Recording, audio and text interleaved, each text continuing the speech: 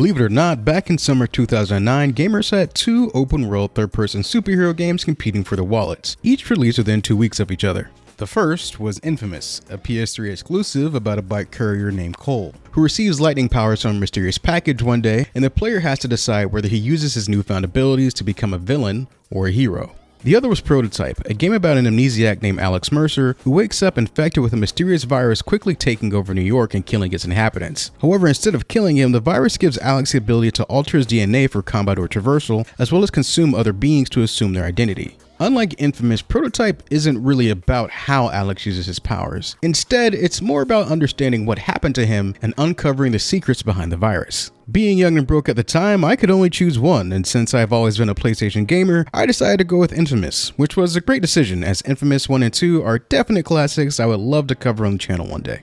Yet, over the years, I've always kind of wondered if I've missed out on something with Prototype. And so, over a decade after its initial release, I downloaded the remastered version of Prototype from the PlayStation Store, all to answer one question.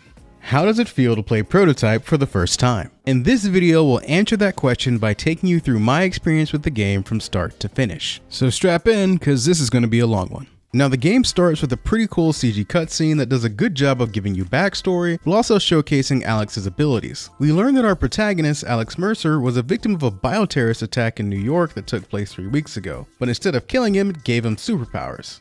Other victims of the virus, however, simply became zombies.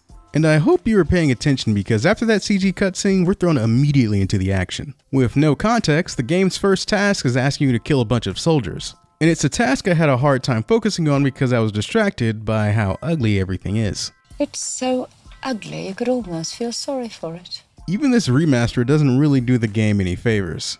It kind of seems to just up the resolution so it makes it easier to see just how bad everything looks. And it's not just textures and raw graphics, it's the art style too. It has that grungy, desaturated color palette that every game was using in the mid to late 2000s. This critique starts to fade as I get into the combat and find myself having a good time. I have no idea what I'm doing, but I'm having a ton of fun just mashing buttons. And this opening section does provide some structure. You have to fight through 3 waves of enemies, with each wave granting you access to a new set of powers. And through this experience, I start to realize that Alex has access to a broader set of moves than you would typically expect at the beginning of a game. Which means that we're about to lose all of these powers, either through some plot contrivance that causes us to lose all of our abilities, or because this is a prologue that takes place at the end of the game and we're about to flash back to the beginning where he doesn't have any powers. Before we can find out though, we're tasked with consuming this enemy commander and unleash a devastating area of effect attack that reminds me of Venom. Time to end this. Which then transitions to a title card and a flashback that says 18 days earlier. Son of a I knew it! Now, a lot of games have this setup where a player character starts with all of their abilities, but loses them at the end of a prologue. This happens at basically the start of every Metroid game and was also used at the beginning of God of War 2 and 3. I'm not sure how I feel about it here though, because there isn't really a narrative justification for it. I don't know, it just kind of comes across as if the developers are insecure about the pace of the game. That if they don't immediately show you all the powers you can get, you won't stick around.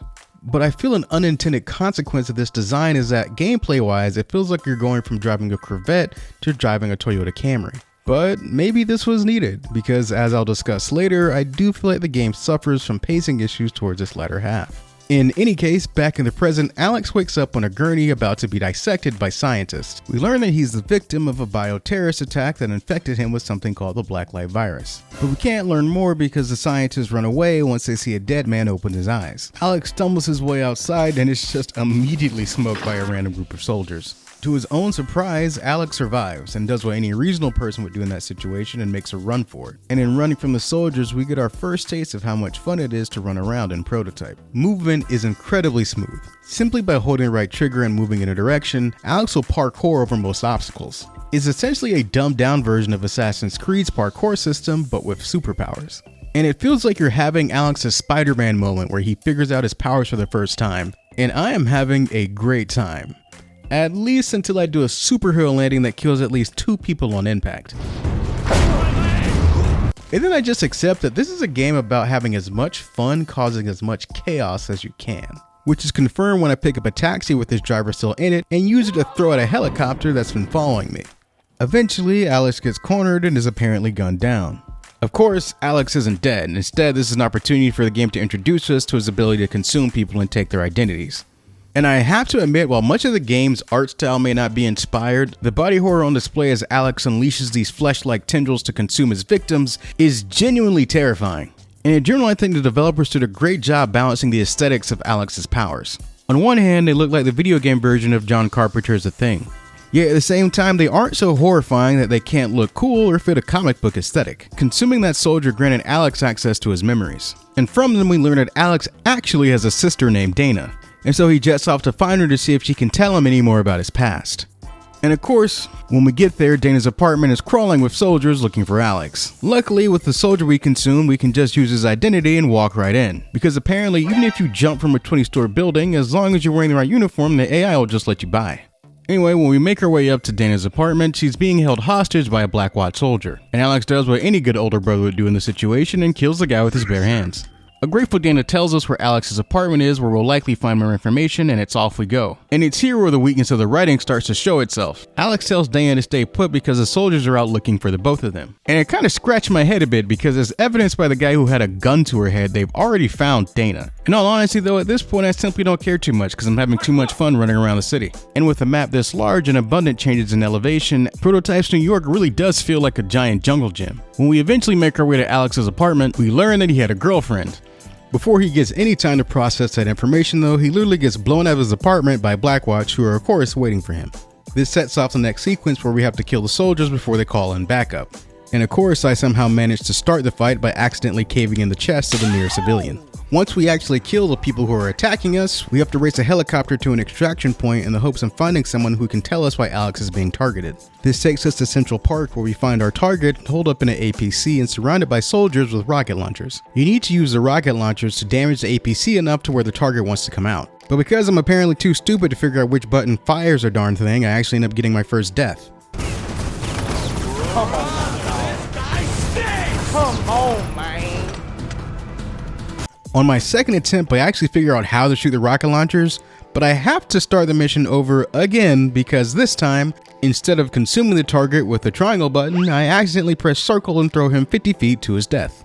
Third time happens to be the charm, and I finally managed to consume the target, unlocking the Web of Intrigue system. Essentially, as you explore the open world, you'll find NPCs with red icons above their head, letting you know that if you consume them, you'll gain information relevant to the story. I find it to be a pretty cool system, even though functionally it's no different from finding logs or books in the open world that give you context. Yet this one mechanic helps make Prototype's rendition of New York stand apart from countless others in video games. We learn from our target's memories that Alex worked at Gentek, the company that developed the Blacklight virus, and will likely need to get into Gentek's facilities if we want to find more answers. We return to Dana, who tells us that Gentek is actually holding a woman named Elizabeth Green in custody. While Alex doesn't remember her, she definitely seems familiar and it's obvious she's connected to the virus. So it's off we go to get some answers. Unbeknownst to Alex, however, the military has called in a special task force to kill him. When we get to Gentek, the objective is pretty much the same as the last few missions. Consume someone and get into the building undetected. Except this time there's a wrinkle. Dotted around the map are these viral detectors that can detect Alex even if he's in disguise if he stays in place too long. I initially responded to this simply by moving quickly. Surprisingly, the AI actually started to show some life. Because when I was reckless and killed the target in front of everyone, I was punished for it by everyone immediately trying to kill me. This meant I was a lot more cautious my second time around. Though with the amount of targets the game asks you to consume over a playthrough, I did find myself wishing that there was some mechanic to lure enemies over. When we do actually get to freeing Elizabeth, she gives Alex incomprehensible visions, tells Alex she's his mom, and disappears into New York displaying her own powers over the virus. It doesn't take too long to realize how bad of an idea this was, because in her wake, Elizabeth leaves these giant monsters to burst forth from what can only be called virus pustules to attack Alex. These are hunters, and they're functionally invincible with our powers at the level they are now. So instead of fighting them directly, we need to lure them to a military base in hopes of getting more firepower. Once we get there, we're able to use a rocket launcher to stun and consume our first hunter. This gives us our first major power-up, which is the ability to turn Alex's hands into claws. The only problem is, even with this power-up, the hunters are still way too much to handle. This is partly because they don't do a ton of damage. The other reason is that the game simply feels awful when you're trying to do combat one-on-one. It's better suited to and excels in situations where the player isn't asked to be precise, but instead can just let loose and cause a bunch of mindless destruction. Anytime I try to focus on a particular target, however, I always had trouble locking onto the enemy, and even then you'd often be blindsided by someone off screen. Recognizing this, the game actually doesn't want you to fight the hunters head on, and instead wants you to blow up 4 fuel tanks to destroy them entirely, which is a tall order when you can have 4 of them jumping you at once. Luckily though, after a desperate struggle, I'm finally able to destroy all the fuel tanks and end this slog of a mission. Next, Dana tells us that she's got a lead on Karen, Alex's girlfriend, and we head over to her apartment to see if we can find her. And before this story is done, you'll see that Karen lives up to her namesake. And at this point, honestly, things are starting to feel kind of samey. We go to someone's place, get attacked, find another lead, and rinse and repeat. And thus far, the activities outside of the main quest haven't been super interesting, either asking us to simply kill a bunch of people or do a bunch of traversal challenges. Yet in a testament to how inherently fun it is to play Prototype, at this point, none of these critiques truly bother me. I'm having a great time simply upgrading my powers and running around the open world. When we finally make our way over to Karen's apartment, she greets Alex warmly, noting that she thought he was dead. Alex, having no time for sentiment, simply tells Karen that they need to escape the military cordon, setting up a suggestion from her that I honestly found hilarious. You need to get us a vehicle, a military one if possible. You serious? I find this hilarious for 2 reasons. For one, Alex literally jogs faster than any vehicle they could hope to procure. And the game has clearly shown that Alex is capable of picking Karen up and just super jumping to safety. Now you might say that Karen has no idea about Alex's powers.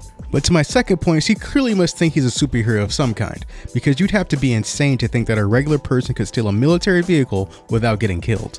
Our objective is to consume a black white soldier with knowledge of a military base. And since it's a literal war zone outside Karen's apartment, he's not too hard to find. What is hard is grabbing the right target. With the number of NPCs on screen and the imprecision of the controls, it is so easy to either miss your target entirely or grab the wrong person. But the lock-on system is so terrible. It seems to snap to everyone but the target you're trying to focus on. So I'm sure you can imagine my frustration when I finally do lock onto the right target, but accidentally kill him by throwing another person at him. And when we finally catch the target, based on how Alex consumes this guy, it seems as if he felt the same frustration I did.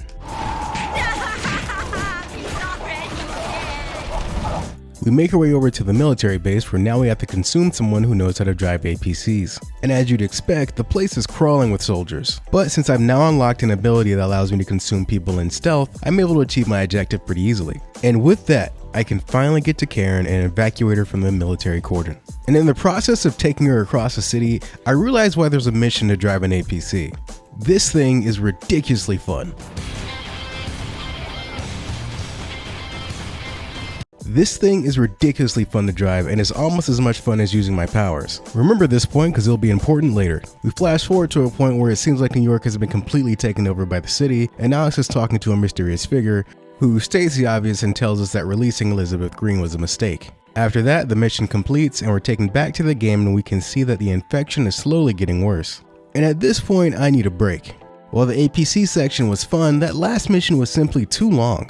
So instead of just running to the next story mission, I decided to do side quests to upgrade my powers. And there's enough variety within these abilities that you don't really need a mission structure to have fun in Prototype's open world. I mean, tell me how many other video games allow you to run around New York as an old man with superpowers.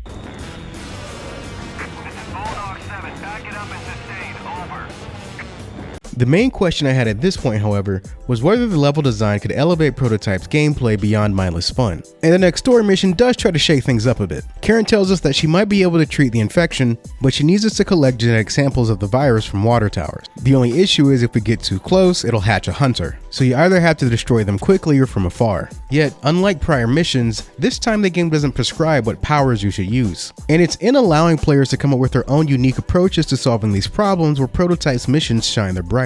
In this case, I personally decided to go with upgrading my grabbing and throwing abilities, which would enable me to take out the water tanks from a distance. Alternatively, I could have used the ground spike ability from the claws, which would have allowed me to attack the water tanks from mid-distance. Honestly, I'm glad I went with throwing because the wind-up for Alex launching an NPC is hilarious. The strategy works perfectly, and it's on to the next part of the mission. This time we have to collect genetic material from a hive which produces it at regular intervals. Naturally, the military is trying to destroy the hive, and so we have to kill a bunch of soldiers until we can get enough time to collect the material we need. All the while, you'll also have to contend with hunters. Luckily at this point I've unlocked a new power called Hammer Fist, which does area of effect damage. And while it's not perfect, it generally allows me to do decent damage to hunters while keeping myself from being swarmed. Additionally, I've unlocked the ultimate ability from the prologue, which allows me to kill everyone in my immediate vicinity. And with this combination of powers, completing the mission is pretty easy. I do some more side quests and unlock the power Whip Fist, which gives Alex access to a devastating long-range slashing attack. I also unlock Muscle Mass, which is my favorite power because it essentially gives you super strength, allowing you to throw things absurdly long distances and punch enemies into next week. The story jumps around a bit, and now Alex is trying to find the scientist who he believes is responsible for what happened to him. We need to consume a soldier who has knowledge of McMullen, who is the scientist we're looking for. And I do my best to do it stealthily, but lose my patience when no opportunity arises. Before we can put this information to use, however, the military deploys these UAVs that can detect the virus. And because Alex has been hanging around Dana, he's afraid they might find her safe house. And what follows is the simple but fun objective of destroying the military's new toys and the squads deploying them. My issue is that the next mission asks us to do literally the same thing. But instead of destroying UAVs, now we're just being asked to destroy these stationary vital detectors again before they detect Dana. And the objective itself isn't that hard. Especially with my upgraded muscle mass and throwing abilities, I can destroy these things without ever having to engage the soldiers. But being asked to do this 10 times is excessive. And with how similar this mission is to the last one, it's starting to feel like the game is running out of ideas. Something that's only reinforced by the next mission.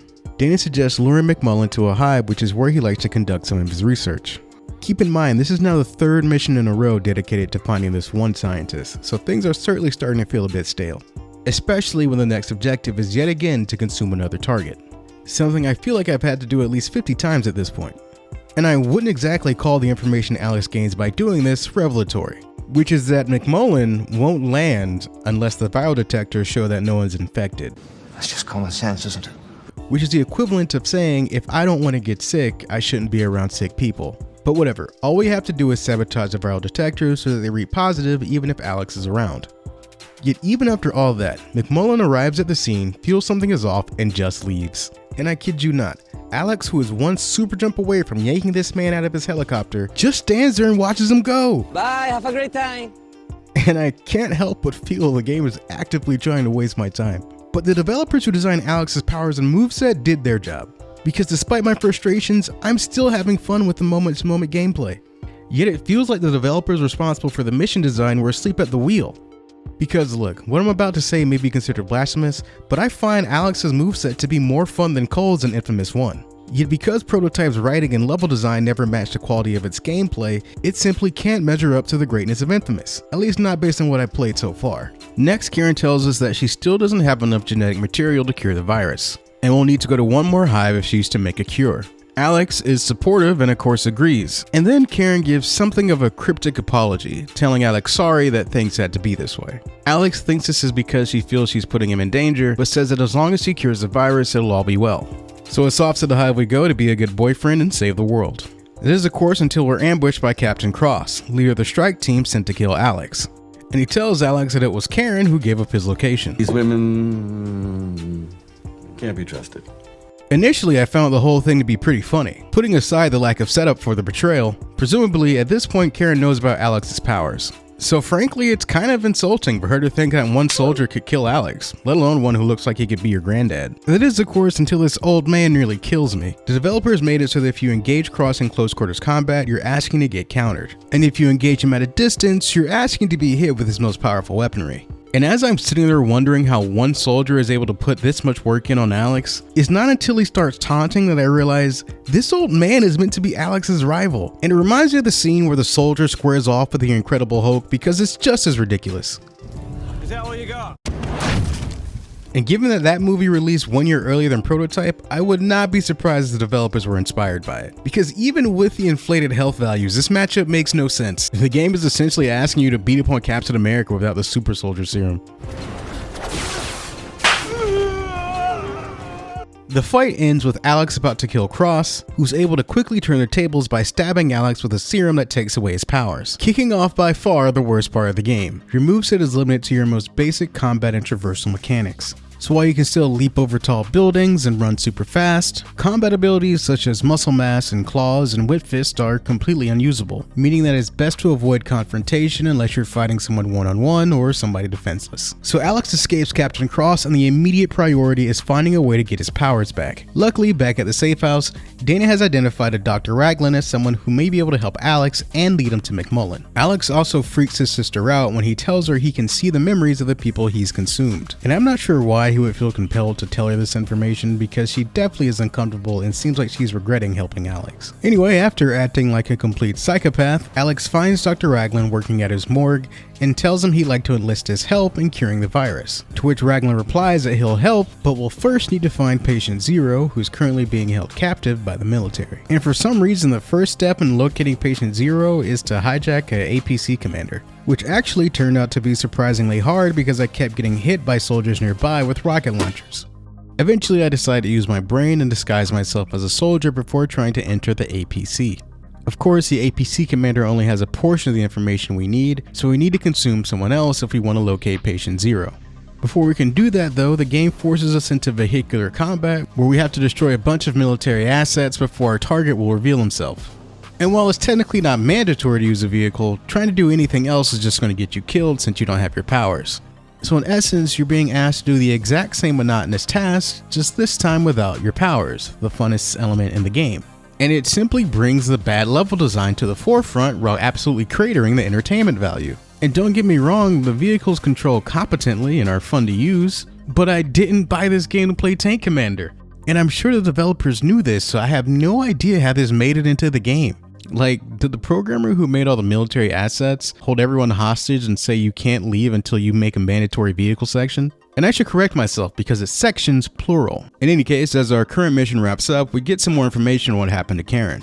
It turns out she was working for Blackwatch the whole time, and it seems that the genetic material she had us collecting was used for the parasite that's currently eating Alex inside out. And since she's already been evacuated by Blackwatch, there's no chance of us ever finding her again. For what it's worth though, Alex doesn't really seem interested in revenge, and kind of takes the situation in stride. Whether this indifference arises from a sympathy towards Karen, or lack of character development, it's hard to say. But right now, his priority is getting rid of the parasite.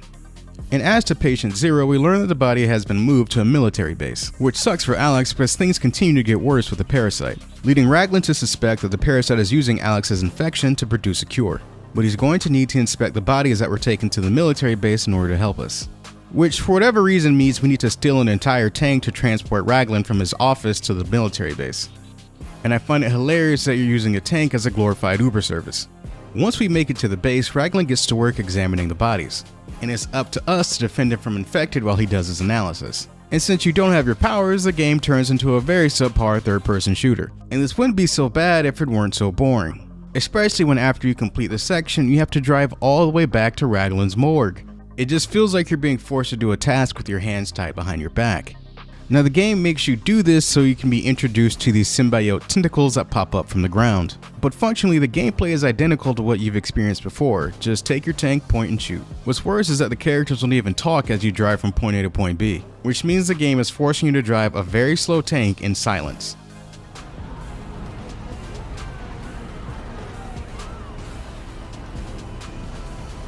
So with the mission complete, I'm sitting here thinking that Raglan's going to whip up a serum and give us our powers back. Nope. Instead, he tells us we need to take his serum and inject it into a genetically suitable hunter and then consume it to get our powers back. Which means yet another mission without your powers. And at this point, I'm really starting to lose it. It's technically been only about 2 to 3 missions without our powers, but with them being so long and boring, my enjoyment of this game has plummeted, and I feel about as desperate as Alex to get them back, especially when the game starts off with its favorite objective of asking Alex to consume a target. The saving grace to this one though is that it teaches us how to fly helicopters, which even I can admit are pretty fun to fly in this game. Which is a good thing too, because you'll be flying it a lot to locate the hunter that we need to inject with the serum. And when we do find it, nothing beats being able to rain hellfire upon it from above. We can't kill it though and have to get close enough to inject it with the serum, prompting a chase sequence where we have to follow it, waiting for the serum to take hold before we consume it. And this is what I mean when I say the game has so much padding. We've already had to go through like 5 different steps just to reach this point. Consuming a helicopter pilot, flying the helicopter, locating the right hunter, ejecting the hunter. It just feels like enough has been done to where you should just be rewarded by injecting the hunter and consuming it immediately. But as with so many other levels in this game, there's always a passive step within this process where you're not being asked to do anything except move from point A to point B, which is pretty boring.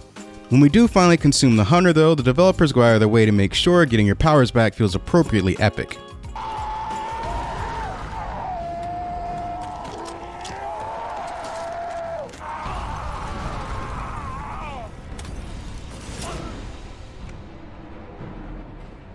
I'm back. That's what I'm talking about! That's why he's the MVP! Not only do we get a whole new suit of body armor, we gain access to the blade, which is Alex's strongest power. At this point though, with access to essentially all of Alex's powers, you've seen basically everything the game has to offer. At least from a gameplay perspective, which means that at this point with so much game left, it's really up to the story and level design to keep things interesting. Which they simply failed to do, meaning that the game is peaked with about a third of it left. But since I don't want to weigh this video down with 15 more minutes of simply saying every level is okay, I'll do my best to hit the most interesting story beats and highlight the levels where there's something interesting to say, even if that means I don't end up saying that much. So the next major thing that happens is that Dana gets kidnapped by a hunter and it's up to us to get her back. Since my traversal abilities are almost all fully upgraded at this point, I catch up to this thing multiple times during gameplay. But since this is essentially a filler task, you can't do anything to it even if you do catch up, and no matter what, the hunter escapes with Dana anyway. And of course, the game has to make sure getting Dana back is an unnecessarily complicated process. We have to lure the hunter out, get it to chase us, while making sure it doesn't lose interest in you, by the way. All to trap it in a facility to have a 1-on-1 deathmatch. Naturally, none of this actually leads you to Dana. Consuming the hunter that did kidnap Dana does give us the ability to see asymptomatic carriers of the virus, which is something, I guess. It's not until much later, after one of the worst escort missions I've ever experienced, where we literally have to use a helicopter to escort a tank to the right hive, that we're finally able to find Dana. Of course, waiting for us is Elizabeth Green, who Alex promptly stabs with a serum that was meant to kill him. She escapes and leaves us to fight a giant monster known as the Supreme Hunter. And this fight is pretty tough. I mentioned earlier that the game isn't really good at 1-on-1 fights, but this is only true if you want to get up close and personal with your powers, which to me is the funnest way to use them. Bosses simply don't get staggered by your attacks, so if you're in an animation they can hit you and do a ton of damage. So what I found to be the easiest way to handle these encounters was unfortunately the least fun, and that's simply to run around and throw stuff using muscle mass. Alternatively, you can use the greatest superpower the game has to offer, which is the American military. Because crazy as it is to say, I found half the time using an APC or a tank was much more effective than using any of Alex's powers. And this idea is bolstered by the fact that you can upgrade Alex's use of military assets just like you would any of his powers. In any case, with Dana finally out of harm's way, we can finally get back to tracking down those who were responsible for Alex's infection. And to that point, Alex starts to receive dead drops from a whistleblower who tells us that the Blacklight virus is actually a military weapon gone wrong, and Elizabeth Green is a result of the military's earlier deployment of a prototype of the Blacklight virus back in the 60s. None of this should be new information if you've been consuming Persons of Interest. What is new information though is that Alex Mercer is technically dead, and what you're playing as is an embodiment of the Blacklight virus. And the military is getting ready to deploy a solution that will kill him once and for all. In order to figure out exactly what the military is planning to do, we have to infiltrate their air wing and assist them in taking down infected tentacles. And I'm not going to say this mission is bad. I will say I was bad at this mission and hated it. The tentacles don't take much damage from the helicopter, which you're mandated to use, and can take you out in one shot by throwing a car at you. And at one point, the tentacles refused to come up from the ground, meaning I had to restart the mission. Again though, I'm going to put most of this on me because I just walked away from the game for a little bit and came back the next day and did it in one go. The mission finally ends when we infiltrate the Air Force base and we find out that the military has developed an airborne serum that can kill the infected. It's not exactly a cure per se, but it will keep the infection from spreading. Unfortunately, it's as we're learning this information that the military deploys the serum, exposing Alex immediately. And as we try to slaughter our way out, the military deploys super soldiers who are just as annoying to fight as hunters. It's not too bad though, because once you destroy the machines that are blowing out the serum, you can finally fight on even footing because your health isn't constantly being drained. And at this point, you're really too strong to be taken down by human enemies, no matter how super they are. Things after this mission start to get a little confusing. Our whistleblower tells us that the military is about to deploy the serum all across New York and he wants us to stop it. And up to this point, I thought Alex's motivation were to stop the infection. And Alex, for what it's worth, I'm sorry it had to play out like this. Don't be sorry. Just cure this thing. And it's not like Alex can control the infected like Elizabeth can, so there really isn't any benefit to keeping them around. And with the ability to disguise himself and steal any helicopter he wants, he can leave New York whenever he feels like it and is under no legitimate threat by the quarantine.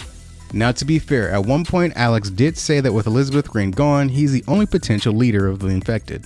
In context, this is speculation, though it does set up Alex to turn into something of a villain by the game's end, which I can tell you now simply doesn't happen. Regardless, what follows is the mission we've seen multiple times at this point. Find 10 things on the map and destroy them.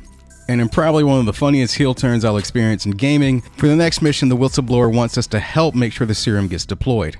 Specifically, we need to help the military deploy the serum in the sewers, which will force Elizabeth out into the open so we can finish her once and for all. We have to protect the machine deploying the serum from waves of infected. And as with many late-stage missions, the best way to do this is to hop in a tank or helicopter and just blow them to smithereens. I swear the military is so powerful in this game, it doesn't make sense that the infection even got this bad. The serum does its job and forces Elizabeth out into the open.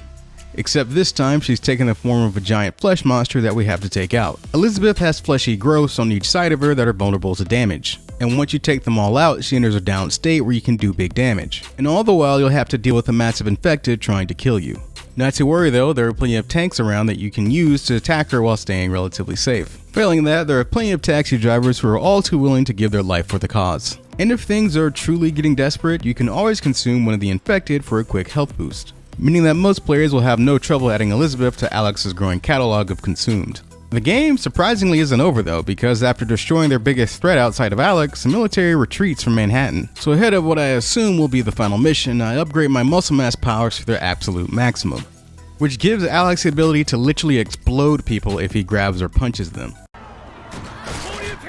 So, Captain Cross reveals himself to be our whistleblower and he lets us know that the military is planning to nuke Manhattan. This is insane because, as Alex points out, we've already done a lot of work to destroy the infection. Cross tells us that the commander in charge of the operation is the same one who witnessed the Black Light virus prototype go wild back in the 60s. So he's willing to do anything to eradicate the infection. It is, of course, unless we can consume a colonel named Taggart and use his identity to get aboard the aircraft carrier and sabotage the nuke. And for me at this point, the missions have stopped being fun, because what follows is another multi-stage convoluted process to find the one guy we need to consume, which starts by shooting down helicopters that might be used to evacuate Taggart. Then we have to destroy a military base to try and get him to flee by land.